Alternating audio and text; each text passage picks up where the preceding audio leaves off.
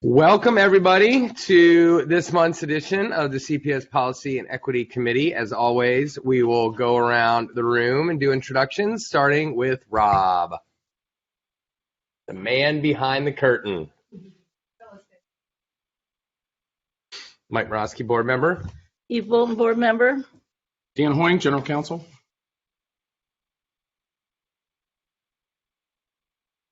Thank you all so much for being here. We have a small but mighty agenda. And so the very first one, as is the process, we have an alcohol waiver request for the School of Creative and Performing Arts, Cincinnati Chamber Orchestra, Summer Music 2023. Excuse me. And I believe we have Mr. Ralph Earhart, the finance director of the Cincinnati Chamber Orchestra. Is he online? Cool. No, all good. So yeah, then Mr. Earhart, we'll turn it over to him for a couple minutes just to let us know about the event and why they are requesting an alcohol waiver, and then we'll move on. So Mr. Earhart, floor is yours. He's connecting. Cool. Oh, he's connecting? Okay. He has to accept me. Got it. Did he hear me? I hope so. If not, we'll do it again.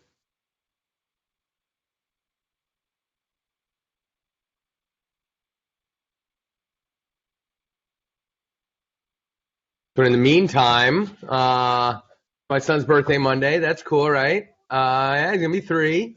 Yeah, so he'll be at CPS in the fall unless the seat opens, and then we'll get him in earlier. Pretty cool. Tell him I said happy birthday. We'll do, Ms. Weinberg. Thank you. Yeah, we're going to have a big old party on Sunday. Mary, Mike is the only one who was speaking into a microphone. And Mr. Earnhardt, you'd have to accept the connection. There should be an invite to interact, so you can join us.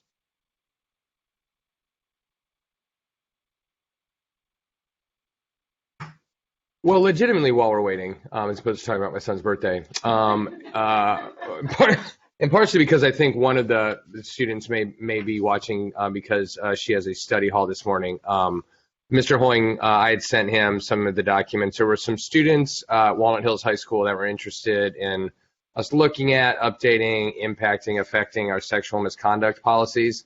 So I just wanted, as a matter of the record, and Dan knows this because we already chatted, I sent it on to Dan, so he has it with him. And then I'll just say one more thing and see if you want to say you don't have to. The main, I guess, criticism is the best word for it, and it's valid, I think, about the sexual misconduct policies from the student perspective was that they weren't like written in a super direct, understandable way, which I know I said, yeah, it's probably guilty. So she had also sent me like a little sign was very clear, like, do this, it's wrong. If you do this, like in language teenagers understand, which I also passed along. So I just wanted to matter of the record. We passed it on and see if Mr. Hoying wanted to say anything about it. We had a good conversation with a Walnut student that's a representative of this group on Friday. Stephanie and I did. Cool. And they had the same concern that they raised to us. And one of the things we talked about is sort of making sure that when we share policy out, that it's written in a way that students can understand. So, yeah. I Miss Shannon, the young woman I spoke to, she was very kind, and she was kind of dancing around saying, I think this is written so that we can understand. So I just finished her sentence for her. I was like, do you feel like this policy is written in such a way so that you can't understand it? So I didn't want to say that. And I was like, well, let me tell you what I do for a living in my real job. I go, trust me, this stuff oftentimes, we go out of our way. Our general counsel's office does, but still, sometimes we can miss the mark. So appreciate y'all chatting with them, Dan, and Stephanie, and Kathy Crable, and everybody in the office. And we have, all right, so we'll just keep on moving. But we have a few new visitors, so I'm going to let them introduce themselves. Ms. Wagner.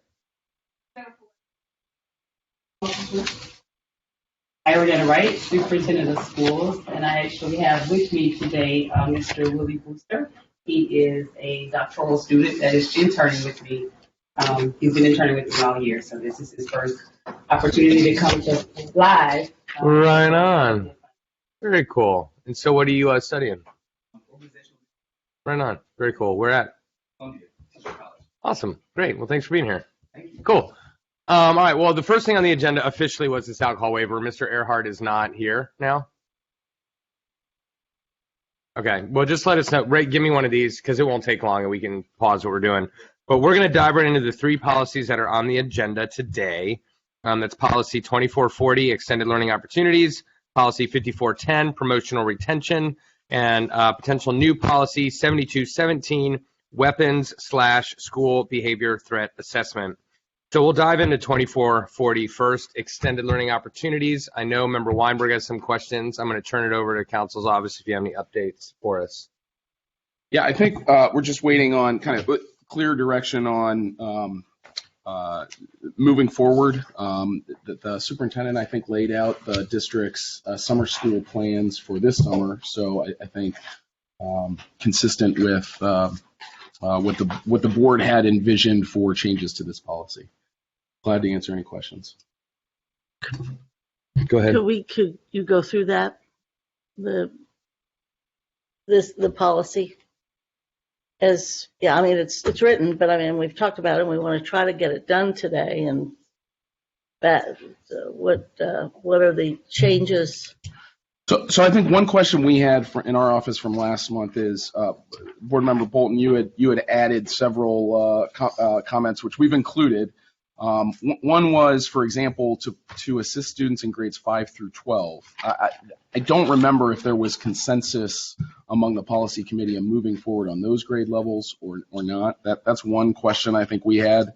And then with respect to some of the others, at the third comment there relates to, for example,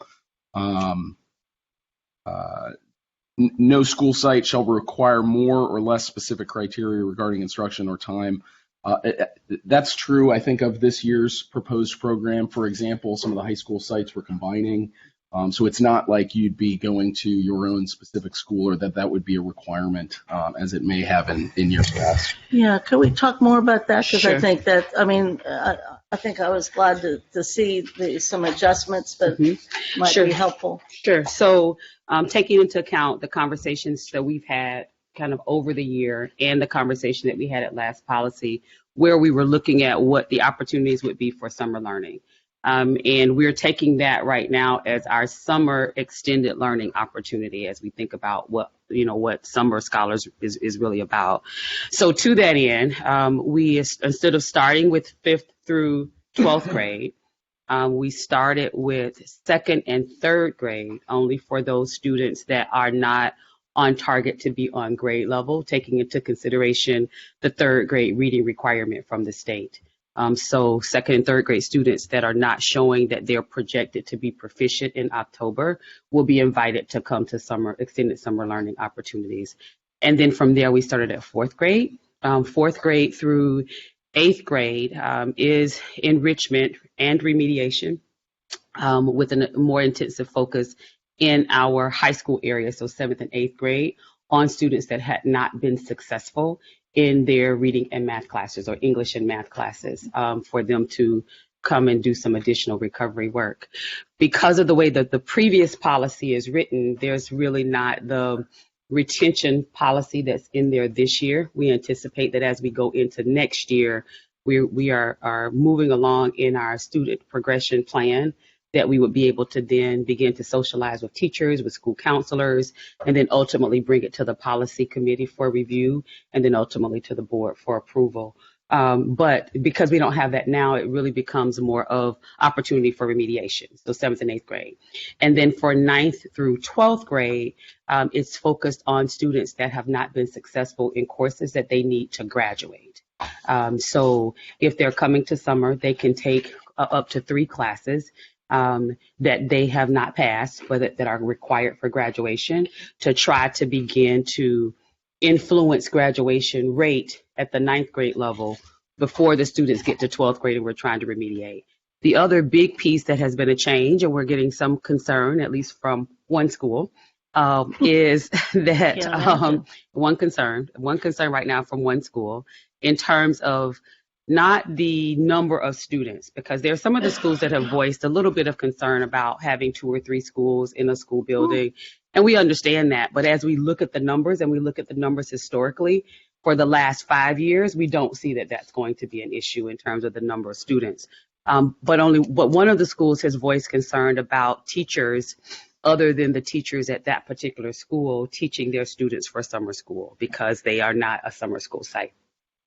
So we're working through that because we do believe that any teachers that we have in the district are equipped to teach any other students that are in the district.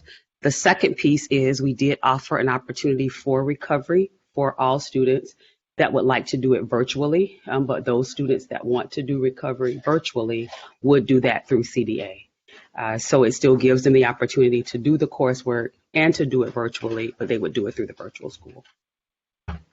Thank you. That's a great summary. I appreciate that. In the writing that has been brought back to us,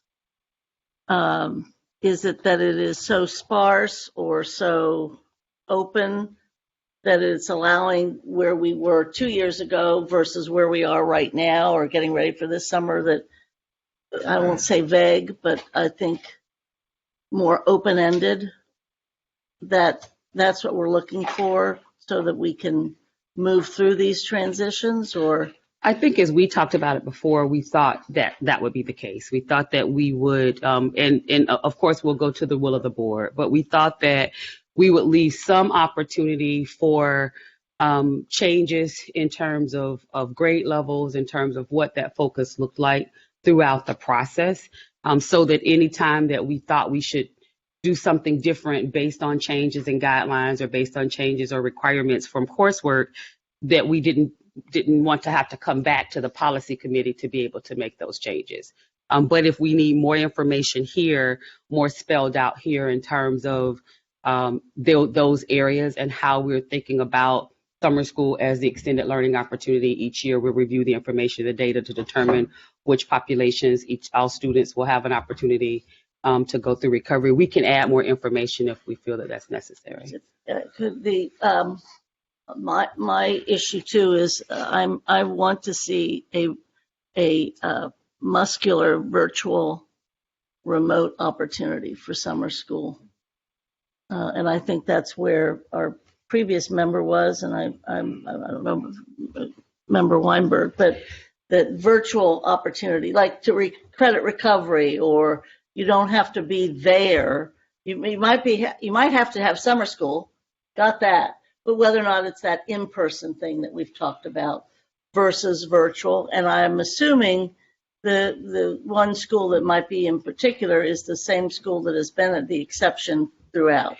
That's correct, but I want to make sure that I understand so that we get it documented the right way. So this year for summer, and we do anticipate that as we move forward and we think about extended learning opportunities, that we continue to be flexible and nimble when it comes to virtual and virtual school options.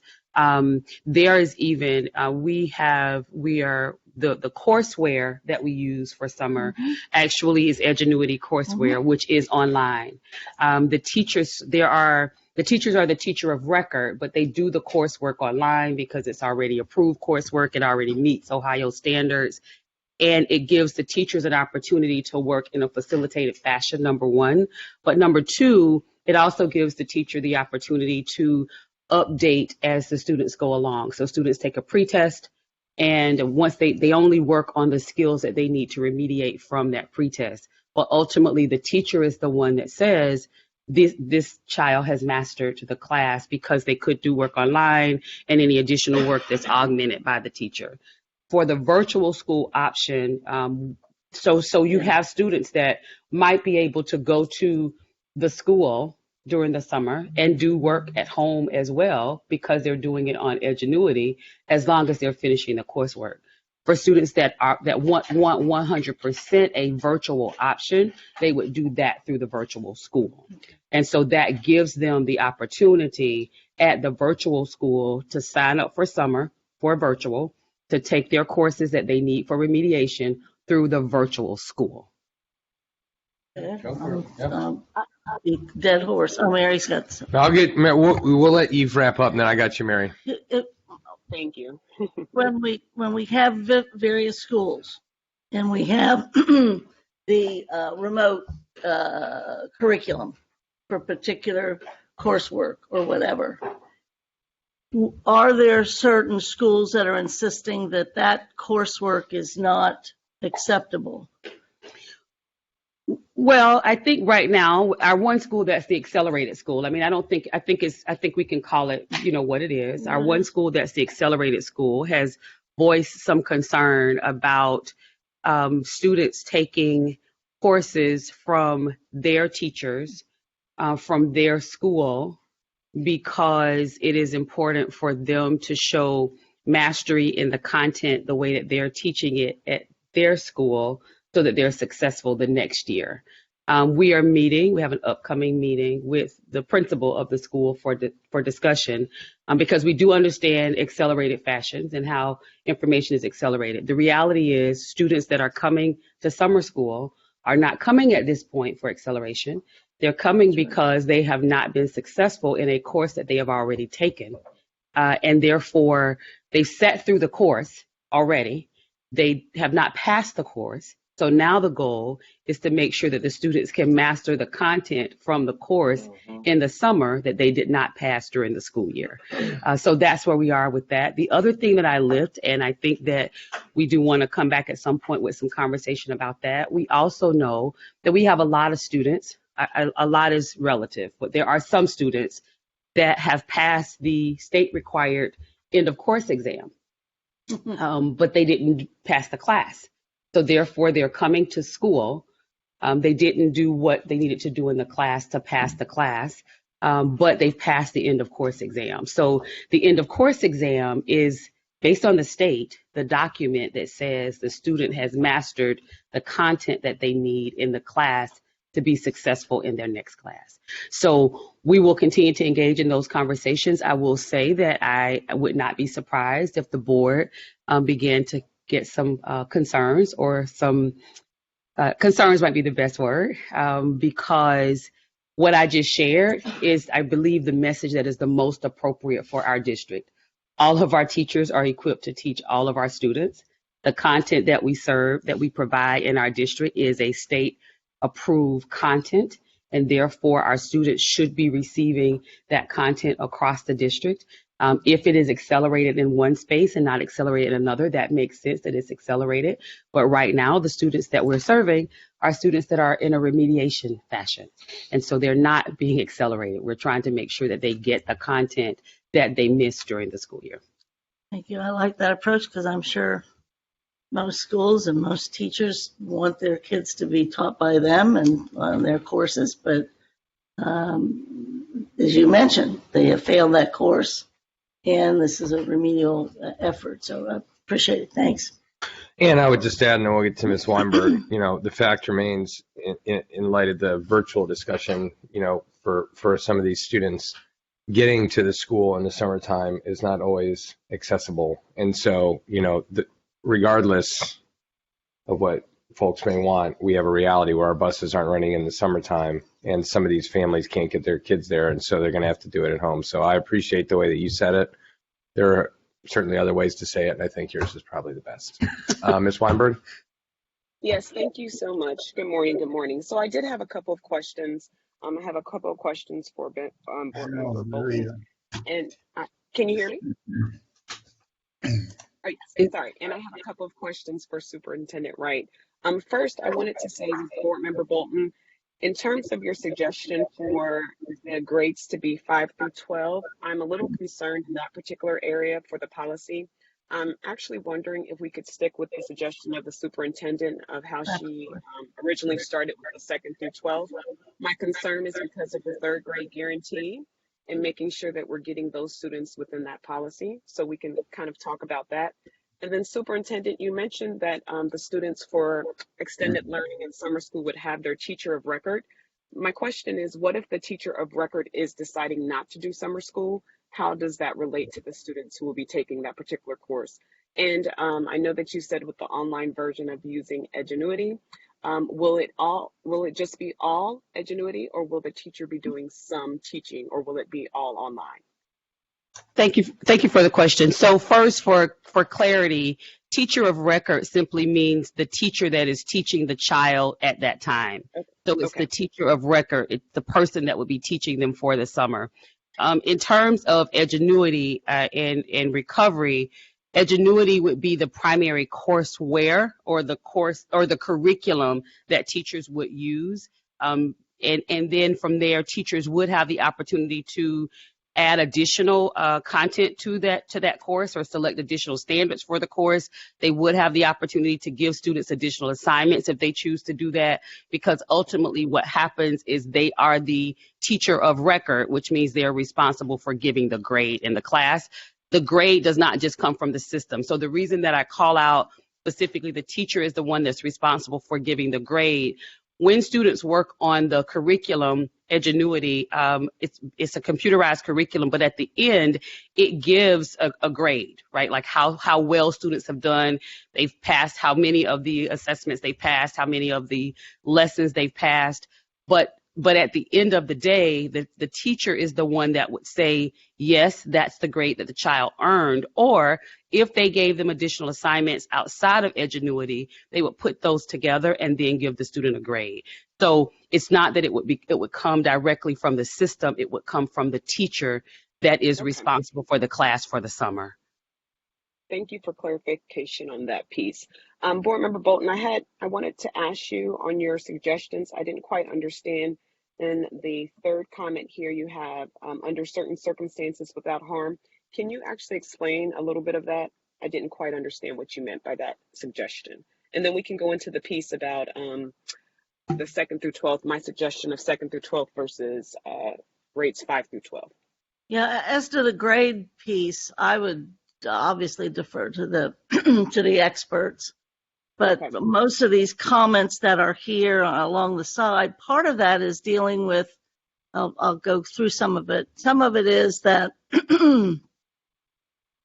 I felt, as Mike said, something, in the summer it's kind of difficult. There should be an opportunity for students to not necessarily have to appear in person.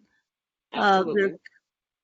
I think we all had agreed to that. And then I think also the idea of there might be other educational opportunities along the way. And then I've been very alarmed that over this past year, and poor superintendent has listened to me talk about this again and again and again, but I've been alarmed that some people and individual students who were unable to appear in person and get their summer education actually were removed from a school. And I didn't know that can actually happen in that way. And so I was concerned about the not having schools built around the needs of the students and the families, rather built around, I guess, the staff. And I just have problems with that. The other piece. Go ahead. So really quick before you go into that, so what I'm trying to understand is where you say under circumstances without harm, individual students with caregiver approval may apply to the superintendent. So are you saying that even though we're proposing this as an option that the student can have virtual online through CDA, I don't understand how that's needed if we're going to approve to have virtual and in person. Right. And very frankly, having a virtual or doing the CDA in lieu of summer school at site in person, if that's the direction we're going, maybe that wouldn't necessarily have to be there. But I can think of some examples. I can think of some examples, though, that maybe schools reassert themselves and start to do things differently or independently or in rogue fashion as to what the expectations are. So I think it is a protection for if somebody has an internship, somebody has a medical condition, somebody has a tremendous, so I think there should be some way, but yeah, if we're going to be codifying the fact that what has happened to some of these kids can't happen anymore, then, and that's why I think we probably do need to see the policy back again. Thanks so much. Those are my only concerns, but really the grade level piece, second through 10th. Yeah, makes sense. So if I could make one recommendation possibly for addition, it would be to add to the policy that for the purpose of course recovery for graduation, that students have an option to complete the coursework virtually. I think if we just say that in the policy, then it gives us a little bit of latitude for what that looks like, but it also makes it clear that as we move forward, that's the expectation. So I don't necessarily know how we could wordsmith it in there, Yeah. but adding that, and I say specifically for the purpose of course recovery or credit recovery for graduation, because I also don't want to imply that if we decide that we're starting at second grade, that then there is also the expectation that we're offering a virtual option second through eighth. Right. So if we make it specific to graduation, then it opens up that opportunity. And I don't, and I think it's something that we will, now that we have the virtual opportunity, we will have the virtual opportunity. Okay. Yeah. That makes sense. I think that's good. So if we were to bring this back next month, which I think is probably sound, and I'm looking for some clarification, particularly from Ms. Bolton, since the comments were here. So we have the one piece from the superintendent that Ms. Weinberg, we're all cool with that, what we just discussed with the superintendent. Okay. And then the first comment from Ms. Bolton on the draft, we have the red line about explicitly in 5 through 12, we're going to axe that. We don't need that, right? And then the next one, I think there's some language in it that's pretty good, but maybe just axe the 5 through 12 board member to assist students in fill in the blank to remain current grade level progress, credit attainment, career pathway benchmarks, internship and apprenticeship. I think that's good language, Dan, and we see what that would look like in it, but we can scrap the 5 through 12 in it. And then in the last piece, I personally like all of it, and I understand that last piece about the deferment. I'm not married to it. I know, Ms. Weinberg, you didn't like that last paragraph, under certain circumstances without harm, and I don't. Well, a little I unclear. didn't like it. I just didn't understand it at first, so now I understand. So are you good with those 3 paragraphs at the end? Do you like, are you with throwing those in here and then bring it back next month to see what it looks like all written out? I would be good with that, except for the one thing of I just am uncertain if we need to repeat the last paragraph if we're already offering the virtual aspect, adding that into it. Do we really need to add that into it? But if we do, I'm fine with it. Well, let's add it in and then we can fight about it next month. How's that sound? That sounds great. Sounds Great. Awesome. Yeah, because the only question that I have about that is the way, if we are now including in the policy that we will have a virtual option for graduation required coursework, then I wonder if this would imply now that if individuals don't want to participate in that they would then request not to participate with approval from the superintendent in lieu of participating in the virtual option. I think, and I don't want to, I'm not dumb enough to speak for Ms. Bolton, but I feel like that is. I'm dumb. No, I'm saying I'm not dumb enough to try to speak for, on behalf of Eve Bolton. Not going to hear that come out. Not that. No, anyhow, but I think on behalf of Ms. Bolton that this was just for like super extreme circumstances and just leaving it like, again, a medical or something. Now, and again, we can figure it out next month if we don't need it. Extreme, yeah, whatever. Like we could even add language under extreme circumstances. Could I ask that? Yes, that's just so that we ensure people aren't punished, to your point, like they have been. And they have been. Yeah. But the other piece of that is, how shall we say it? We're talking, this policy is about recovery, let's say, okay?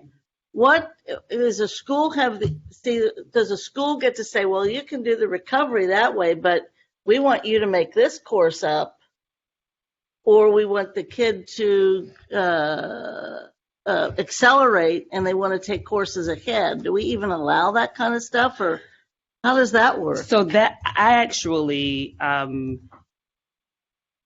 wondered if that would show up in this policy, because our vision moving forward, we just did not want to do it this summer. We want to come back and stabilize kind of the program this summer. But our vision moving forward is to give students an opportunity to accelerate. And so when I say accelerate, that would be certain courses, but only for certain courses that they could take during the summer to accelerate, as well as the opportunity for college credit plus courses during the summer that are offered with the college. So if we can add that information in so that it becomes the extended learning opportunity becomes remediation, it becomes intervention or acceleration, Fabulous. adding all of that. those in, which then, brings the entire policy together. All right. Also, let's throw that in there too, and then we'll bring this back next month. Yes. And then we should be ready for Front Street, I imagine, after that. But yeah, that's great. Ms. Weinberg, you good? Good. Good. Ms. Bolton, good? Yep. Well, we have our guests. We're going to scoot back up to the alcohol waiver. We have Mr. Ralph Earhart here, the finance director from Cincinnati Chamber Orchestra. Mr. Earhart, sorry you had some tech problems. Good to have you here. Give you about a minute or two. Let us know about your event and why you would like an alcohol waiver. Yes, glad we finally connected from this end. So we're having on 3 days in August 5, 12, and 26, our 8th Summer Music Festival. I would say, I almost say as always, at the SCPA, except for 2020, of course, and 2021 when we were outdoors. We always offer our patrons the opportunity to purchase wine and wine only through a third-party vendor, and it'll be the same procedure, the same vendor as in previous years. So we're requesting again for a waiver of to sell wine, and I repeat this, wine only at those 3 events, and of course we will get the necessary liquor permit as well. Well, you all have been using our facility for a long time. We appreciate y'all and appreciate what you do. So I don't have any questions. I'm going to see if my colleagues do before we move this on then for approval. Ms. Bolton? I'm fine. Okay. Ms. Weinberg? I'm good. Thank you. Hey, Mr. Earhart, again, thanks so much for utilizing our space for this great program. And we'll move this to the full board, and they will vote on it on what date is our next Monday? Is it this coming Monday? This coming Monday. 27th. It is the 27th. Okay, so we'll have it on Monday to vote on? I think so. Or we could do it on the 6th, which is just 1 week later. Okay. Is that, I don't know whether there's any time constraints that. Do you have a time constraint, Mr. Earhart? Well, actually, we were trying to get our season brochure out and to the printer on the 6th. So, Okay. it would be great if we could squeeze it in on this Monday. No harm done if we can wait, 1 day. Totally. We can make that happen for a free glass of wine at the event. That sounds. Absolutely. Don't put that in the minutes. I'm kidding, Ted. It's recorded. It was a joke. It was a joke, Miss Wayne. I'm sorry. We're not allowed to have fun. Just, drop on in and, Thanks, Mr. Earhart. Thank you. Bye. Goodbye. Bye. Oski. yeah, there you go. Polish opera. And this is a Many of those. good lesson for organizational leadership is surround yourself with people that give you guardrails like Dan Hoying and Jen Wagner. Thank both of you for keeping me out of jail. Our next item, policy. It's still early. It's policy 5410. That was hilarious. Though. That was right on cue for this. Like he's kidding. Policy 5410. This is another big one, a real big one, really important one. So we're talking about our promotion and retention policies. Again, this has been here for a few months now. It has been red line, blue line, green lined. So here we are. I'm going to turn it over to Mr. Hoying and see if you or your team has anything to say about them. Yeah, thank you. This policy's been in front of the committee, as you said, for a couple of months. The union has weighed in and asked us to incorporate the language from the collective bargaining agreement, which we've done. We've had both this policy committee and the previous policy committee asked us to emphasize collaboration with parents, teachers, administrators in making this determination, which we've done. The last meeting, we were asked to add the language from Ohio Revised Code 3313.609, which says that a student shall not be promoted if there's truancy issue unless the student's principal and the teachers agree that the student should be promoted. The only area I'd point out again that still is in here, I don't think we've been asked to change yet, is sort of some of the intro paragraphs that relate to, I think it's would be referred to as like social promotion or the board's preference, strong preference, I would say, for promotion. We haven't gotten direction, I think, from the committee or the board. That's still the direction. So that's where we are. Glad to answer any questions. Ms. Weinberg, you want to go first on this one? I do not want to go first yet. All right. Ms. Bolton? I think the discussion, both from some of the union representatives of the professional staff, and also, at least what I'm kind of hearing from the superintendent about this, and what I believe is that what we have done here in language is codify social promotion. And I think the way we have it written so boldly is not an appropriate educational position to take. And I don't know, and that's what we wanted to talk about, all seven having an open discussion about it. That was the approach when this was first written. It was the push everywhere. Now, post-COVID and everything else that we've gone through, I think that this is not an appropriate academic strategy. I think that if the will of the board is to keep any of the information in the second paragraph, I offer it is the board's intent that each student successfully promote in a continuous pattern of achievement, because essentially the board does want students to promote, right? But the board does not want, from the feedback that we've gotten, for students to just move forward. Right. So they want them to promote. So if we add that, if we just change those three words from be moved forward, so that to successfully promote in a continuous pattern, I think it will speak to what the board really is about, is making sure that students do what they need to do in courses to then successfully pass or promote to the next grade level. So that I just offer that as an opportunity, because the board does want students to be successful and they want them to promote. They're just not wanting them to move forward. Mm-hmm. And I think the words move forward support what the concerns were around social promotion. I think that's a great suggestion. I wouldn't mind if it's a little bit harder, but I think that's the right direction. I don't know what. Yes, I would agree. I would agree with what the superintendent gave with the wording. I think that helps change it a little bit. Mm-hmm. Successfully promote. Keep making that a little bit stronger. I can think about it. We can wordsmith it a little bit to get a little more strength in it. But we know we need to moved forward. And I think when we do that, it'll change the entire context of the opening. Because even the beginning of it, we were saying why it's bad to hold kids back and all that kind of stuff. Forget it. I think that was taken out. Was that taken out? So we can. I like the suggestion there, and then I think the same kind of changes can be made to the first paragraph under the promotion there. Yes. Because I think that also lays the groundwork. Yeah. So we can.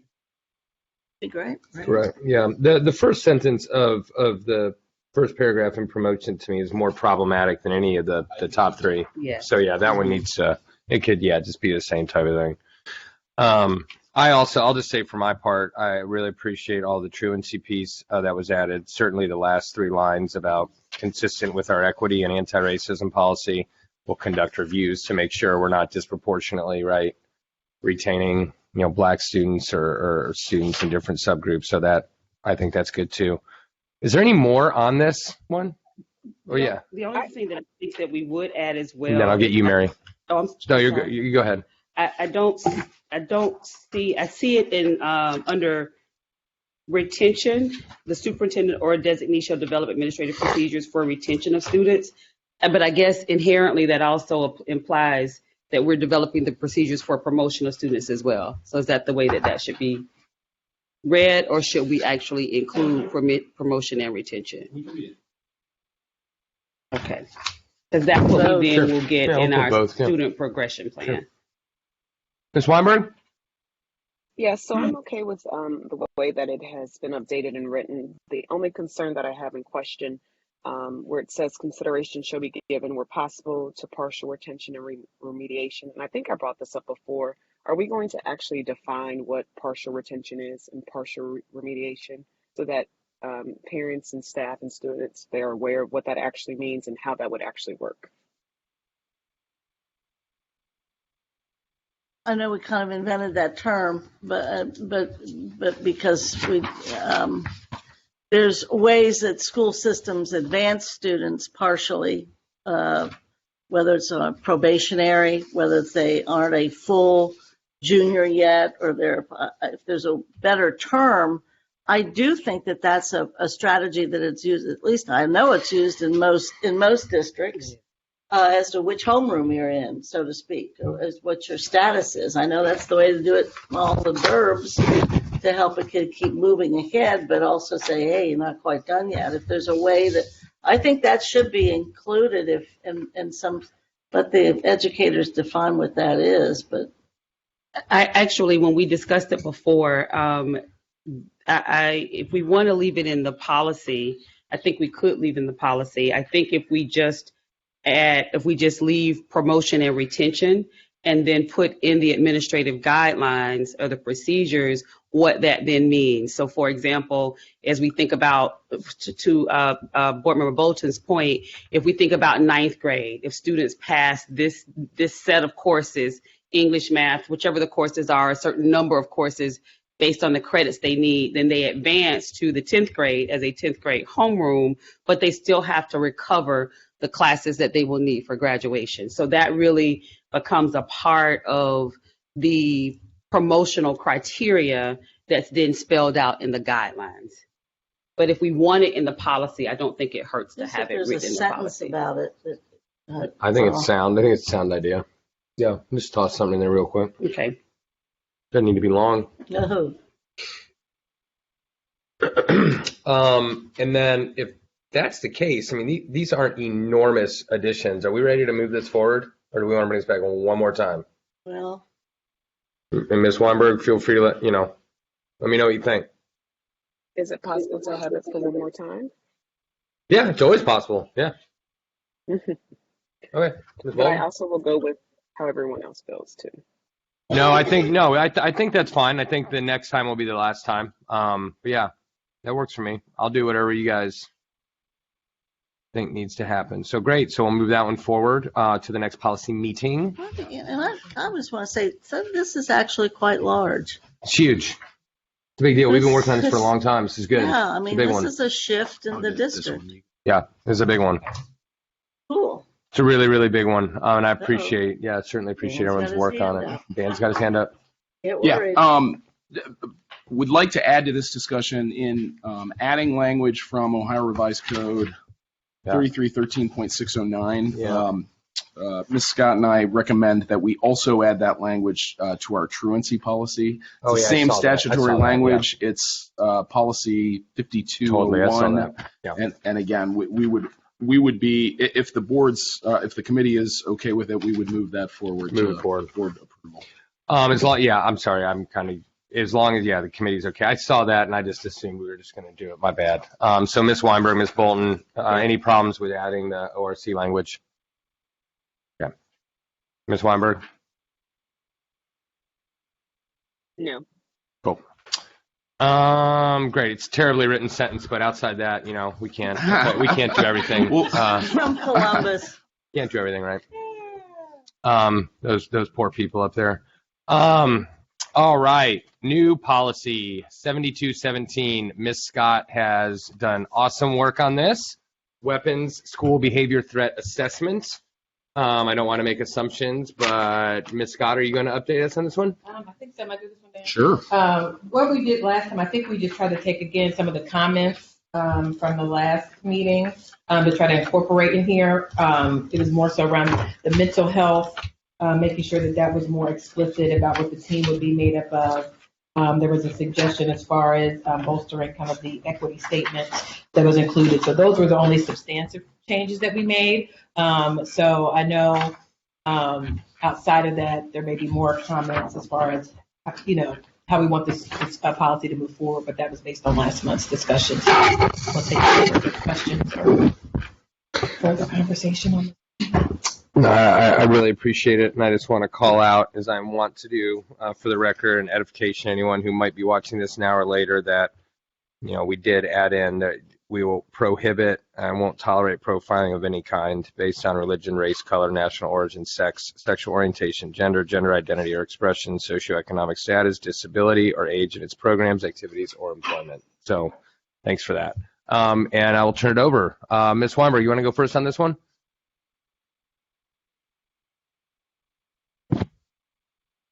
Sorry, I was trying to get to my button. No, I think I'm good. Cool. Ms. Bolton. Draft. Right? Yes, correct. No, I like the draft. I do too. I It's don't. a lot shorter than I thought it would be, and I appreciate that. Yeah, me too. And Yeah. if I may Superintendent, also please. add that working with Ms. Scott and Mr. Hoying, we've also done the cross-reference and crosswalk to the requirements from the state around the House bill. And so we've made sure that that this policy is responsive to the other information. Well, maybe I should say the other way around, that the process that we're using at the school level to review crisis, to update crisis, is also responsive and aligned to the policy. Ms. Weinberg? I think it looks good. I'm in agreement with everyone. So we're going to move this to the full board for March 6th. That work? Thank you, Ms. Scott. I count that as the third. No, I'm keeping track. Count that as the third brand new, first of its kind that you have written since you got hired at the beginning of COVID. Anti-racism, vaccine, and this one. This one really is a model policy. I don't, the state has helped us draft. So To Ms. we're Bolton, thankful that we can be of service. to Ms. Bolton's, I think the model policy in ODE was like, Yeah, let's be clear. Yeah. there was some work. Well, either way, thank you, Ms. Scott. Thank you, Ms. Hoying, Ms. Crable. Thank you all very much. So this was the end of what we had, and we obviously have a spot for other business, and we had talked about the Title IX stuff already, so thank you, Dan, for providing us copies that the students gave us. So, Mary, you have those, and Eve has those. Can I say a word about that? Please. Title IX? Oh, yeah, please. So this is something we've been working on for a while. Those of you who were on policy committee last year, we actually had outside counsel involved in putting together Title IX policy. We do propose that, I know it's a long policy. It is nearly all required by statute. So we do recommend at some point, relatively soon, moving forward with a Title IX policy. We also included, there's a lot that's required, but we've moved some of that into a proposed procedure so that we're not over, putting everything in policy. Additionally, Title IX the Title IX regs change regularly. Our outside counsel expects some changes to this, to the federal regs again this fall. So she recommended putting some of this in procedure, which would be presumably easier for us to update and amend than having it go through the formal policy committee again. if it would be helpful to the board to have our outside counsel participate in an upcoming policy meeting, we'd be glad to do that. But again, this is sort of a draft that we're proposing that the board consider and move forward on at an upcoming meeting. Anything else we want to say on this? All right. No, I think some of the information as far as like the title, assigning like assignments to some of the positions and things like that are required in the Title IX process. Some of that needs to be named in this policy too, and some of it needs to be. Yeah, there's a bit of a fill in the blank kind of element to this as we identify a coordinator. But did want to say something about the Title IX proposal. I appreciate that, Dan. And I'm fine with looking at the agenda as I'm kind of marking out for next month. If you could set it up for next month, I think that'd be great. We'll do it. Have somebody come in. Yeah. Perfect. Great. Thank you. Appreciate y'all.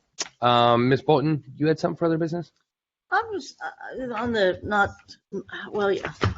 this whole issue of attendance and truancy and what the law requires in the state that we're in regarding attendance of our students. I mean, how far out or inside the law are we regarding enforcing truancy, attendance, whatever? I think we're well within the law. So House Bill, I want to say 410, probably 4 years ago, completely transformed how schools do attendance. The thrust of that statute was to reduce the number of families and students being referred to criminal justice, like to reduce the school to prison pipeline.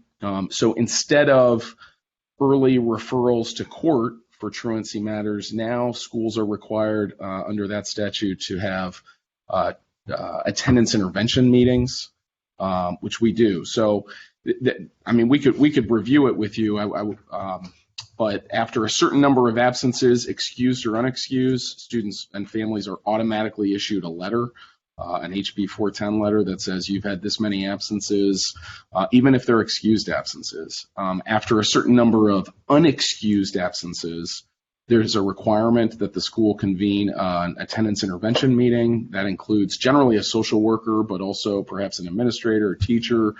They try to work through what are the impediments to that student attending school. Is there something going on, mental health wise? Is there a transportation issue? That's the purpose of the attendance intervention meeting.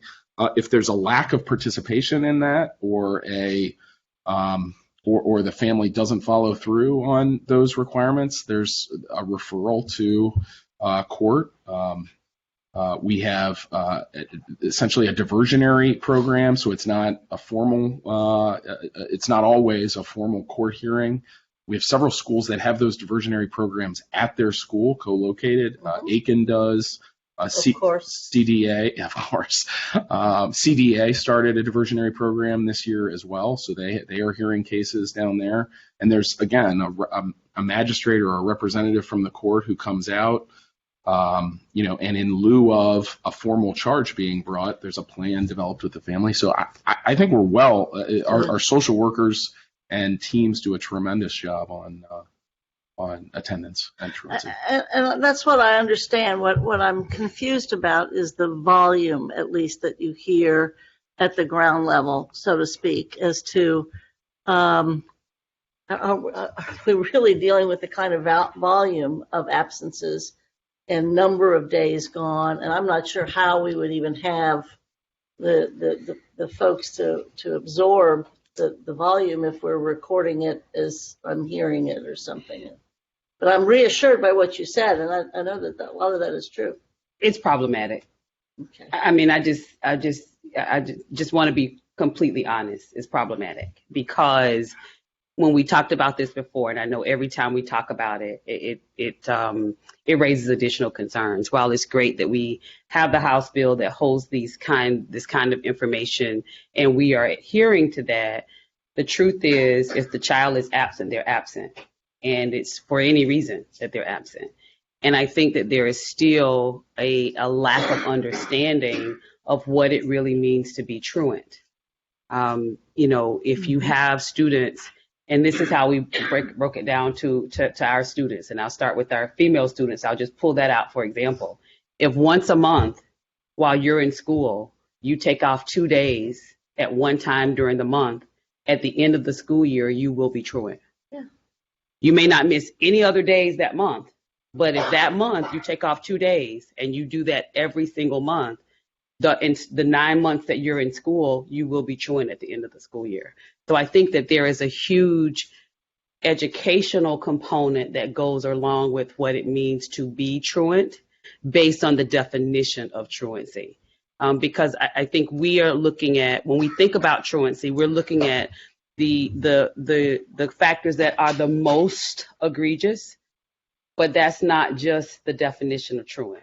So if you have students that are out more than 18 days in a school year, they are truant, and it's for any reason that they're out of school. So we deal with it differently based on, why they're out, but it is a massive challenge, a massive concern, and it's a massive concern across the country. So we are looking at, and it's a greater concern in our Title I high schools, which is one of the reasons that we're looking at really just trying to come together even closer around how we are working with students, getting students in school, following up with them, visiting homes. That's the closest that we get to really being able to chip away at the overall problem. Okay, thanks. Mary, you have any other comments about the truancy or any other business? I do have a couple of other questions. I don't have anything on the truancy. I actually have to run into my doctor's appointment here. But I did have a question regarding, this is for Superintendent Wright. Do you have any update on the telework? And I know we made a policy for that in policy before I actually came onto this committee. Just wanted to check to see how that was going and to see if there were any limitations on staff being able to utilize that. And then my second question that I had, it's for the other board members. I was going back through some policy paperwork and also with some finance paperwork, and I found something about a draft regarding a policy for tax abatement that was talked about in the finance committee. And I wasn't quite sure if it was something that was being brought into the policy committee, and I just wanted some historical background on that and next steps if that is the case. This is Jennifer. This is Jennifer talking. Are you referring to the policy about charging late fees on the pilot payments? I think so. It was a proposed tax abatement policy. Correct. Just, when properties are abated and the district enters into a independent contract with the developer, it's called a payment in lieu of taxes. The board approves all those. But when, on occasion, when we have trouble collecting those bills, we wanted permission to start charging late fees, kind of incent people to pay them more timely. That's what that policy was about. Okay, and did that policy ever go through? Yes, it went through. Okay. And what's the number on? What is the number on that one? I don't know off the top of my head. I can look it up for you. Yes, and just get back with me. Sure. Thank you. And then the last question before I hop off was for Superintendent Wright regarding the telework. The telework. It's telework. Yeah, sorry. Yes. Yeah, sorry. That's okay. So the telework procedures were sent out to all staff, all central office staff, I should say, because those are the ones that it applied to. But it was sent out to them early January, probably right after the break. So we have several that are involved already in the telework procedures. So the guidelines were sent out to them. The policy, I think, was approved in December, and the guidelines were sent out to them in January. Was that the question, Board Member Weinberg? Yes, that was the question. And then just to add into that, I wanted to make sure that there weren't any limitations on that for staff or anything that has been put in place. Yeah, I mean, there's limitations in the policy, Ms. Weinberg, but aside from that, it's been made available to folks who qualify for it, I think. That's correct. Do we? Ms. Weinberg, I think we're trying to be clear on what you're asking in terms of the telework. So there are limitations that are in the policy. The procedures are responsive to the policy. They have been sent and shared with staff, and staff are involved in working through telework for those that are eligible to do that. From the policy was not open to every single individual in the district. And so therefore, everyone would not have access to that policy. Got it. Thank you so much. You're welcome. Thank you, Mary. Glad you got to stick around to pretty much the end. So do you have anything else before you have to hop off? Nope, I'm going to hop off. Thank you so much. Bye, All right. everyone. Okay, Mary. See you, Mayor. Miss Bolton, did you have another thing? It was kind of brought to my attention, and I think it was President Sellers. I've got a note to myself here that says discipline.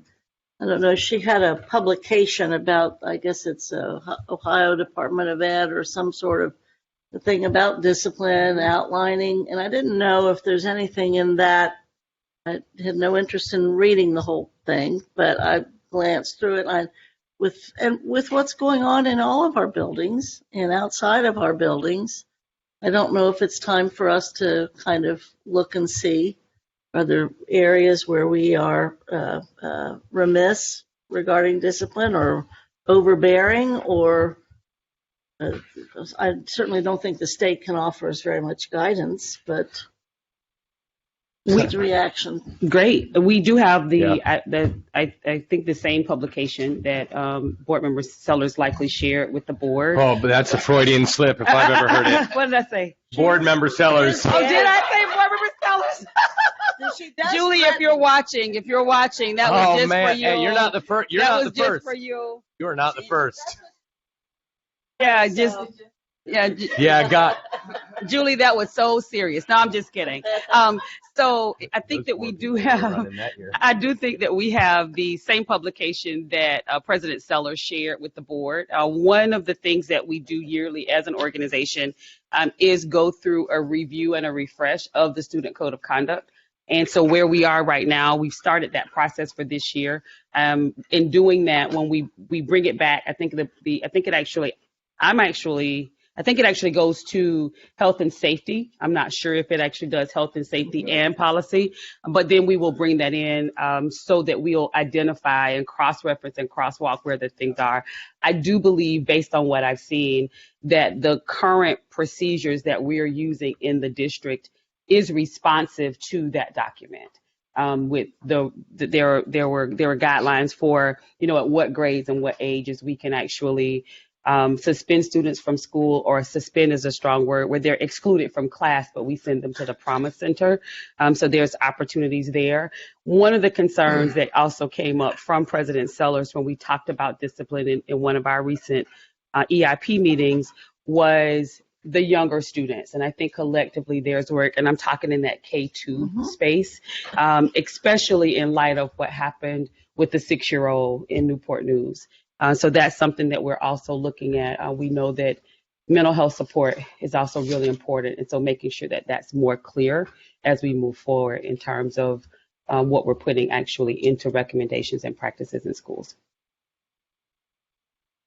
Okay. And then also, I remember, and then the discipline updates used to happen in SAC. So that'd be awesome use of Cal then, probably, once or twice a year, something like that, probably. Cool. And so we do have time for hearing the public for 2 minutes a person if you raise your hand now. And if you do raise your hand, I'll give you instructions. If you don't raise your hand, then we will entertain a motion. You got something? Yeah, while you're waiting for folks to get on. Well, Stephanie and I were asked to make contact with Neola at the last meeting. That's correct. Yeah, and we did have an opportunity to speak to them this week. Oh, cool. I don't have a written proposal from them, but we had about a half-hour conversation with their rep. Cool. We talked about the possibility of Neola doing an audit. That's not something they necessarily said that they do, or that it's not usually within their scope of work. What they did propose was, so that their subscription service, I think you're pretty well aware of. They have there's an upfront cost which also involves what they would propose 80 hours of consulting from two policy. Right. No? Okay. Yeah. We want the audit, so we'll follow. Okay. Yeah. In any event, it was a good conversation with Neola. Thank you. I'm glad you had a good conversation with him, Dan. Thank you, Dan. We appreciate it. I have one last piece of other business. Is anyone raise their hand? Cool. All right, so we'll adjourn after this. So beginning next month, so Phyllis, for the March, as it stands, the March agenda will be the policy 2440, policy 5410, and then the Title IX policy and the outside counsel speaker. And then I'll also add bylaws. And so it's been talked a lot in our larger board meetings about this committee taking on the bylaws. Vice President Brendan Craig has sort of been tasked, it seems, at least tacitly, with sort of like making sure that moves ahead by President Lindy. So I floated to Vice President Craig that we talk about this in March. We bring it to this committee. I mean, this is a massive undertaking. And that we would have something by May for the board to talk about at Board Matters. Maybe April, unlikely. Probably May. Vice President Craig said it sounded great. So anyway, just to tee that up, in March, we'll begin the conversation.